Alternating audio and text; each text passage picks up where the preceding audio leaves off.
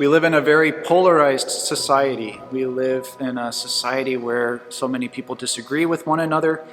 And when things go our way, whenever we might have a stroke of luck or whenever we might have a successful endeavor, it's easy to believe that God loves us more than He loves other people. It's easy to believe that because we're right or because of whatever faith positions we hold or convictions we hold, that God just cares more for us than He cares for others. Today's first reading really challenges us with that understanding because it shows us that God's love is for everyone.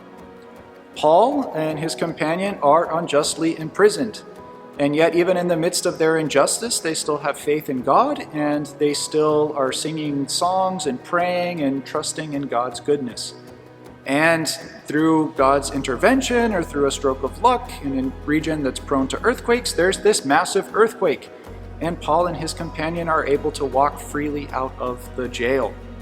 But Paul's victory is in fact a moment of great danger and sorrow for the jailer who was charged with keeping him in prison.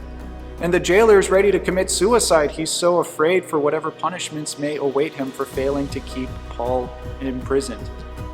But Paul and his companion don't want that. They know that God's blessing that God has given them is not meant to be a curse on the jailer, so Paul and his companions stay there and say, look, we're not going anywhere, we're still your prisoners.